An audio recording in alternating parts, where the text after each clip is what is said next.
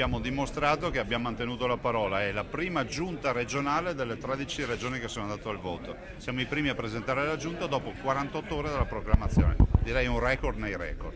Ci sono state tante tensioni, si è parlato tanto di discussioni tra il PDL e la Lega per la composizione della giunta, come avete trovato l'accordo? Ma mi permette di dire che io queste tensioni non le ho viste, nel senso che abbiamo da subito trovato l'accordo e anche perché l'interesse è quello di governare bene il Veneto per i veneti e se fosse stato un interesse poltronaio molto probabilmente saremmo ancora qui a litigare. Noi abbiamo voluto dar da subito questo segnale, giunta subito siamo la prima regione su 13 regioni d'Italia. Ha parlato di fare squadra come termine principale, come parola d'ordine. Beh, direi che fare squadra significa poi dare quel risultato che si vede quando la squadra funziona, cioè poche beghe, poche discussioni e tanta operatività. È quello che i veneti si meritano e debbono avere visto il consenso plebiscitario che hanno dato a questa amministrazione. Presidente, le parole chiavi per il prossimo governo veneto?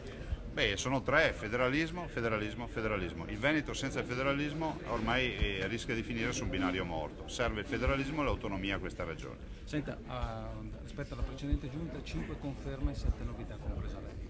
È un rinnovo necessario, era fisiologico? Ma direi che è fisiologico, nel senso che si sta lavorando pensando innanzitutto all'economicità, visto e considerato che abbiamo scelto tutti assessori che sono consiglieri eletti per evitare doppi stipendi e abbiamo pensato che questa sia la migliore formulazione che potevamo fare. Nessuna delega per il Presidente se non appunto quella dell'attuazione al federalismo. Ma il Presidente dà le deleghe, quindi non ha problemi a trattenersene se vuole, ma io non le voglio, nel senso che penso che i veneti si meritino un Presidente che fa il direttore d'orchestra per la squadra e quindi per la Giunta, si meritino un Presidente che lavora a tempo pieno per il federalismo di questa regione. Belluno non c'è, ma ha detto ci penserà lei. Ma sì, i bellunesi sono rappresentati dal Presidente e lo dimostreremo con i fatti. Del resto io ho portato il 34% delle risorse dell'agricoltura veneta nella montagna bellunese, per cui i bellunesi sanno benissimo che hanno sempre avuto un occhio di riguardo. In particolare poi c'è un assessore che ha anche la delega alla provincia di Belluno, per cui è l'unica provincia che anche ha un assessore delegato per seguirla in particolar modo. Confermata anche la scelta di risparmiare doppia nomina per doppio incarico per gli assessori. Nessun doppio incarico nel rispetto di quanto detto ai cittadini, nessun quindi assessore che possa avere doppi incarichi o spese aggiuntive, è tutto nella regolarità e nella minima della spesa. Rimarranno consiglieri. Rimarranno consiglieri proprio per evitare di pagare stipendi ulteriori. Ieri il Presidente Napolitano a Verona ha dato un po' il là di quello che farete nei prossimi anni.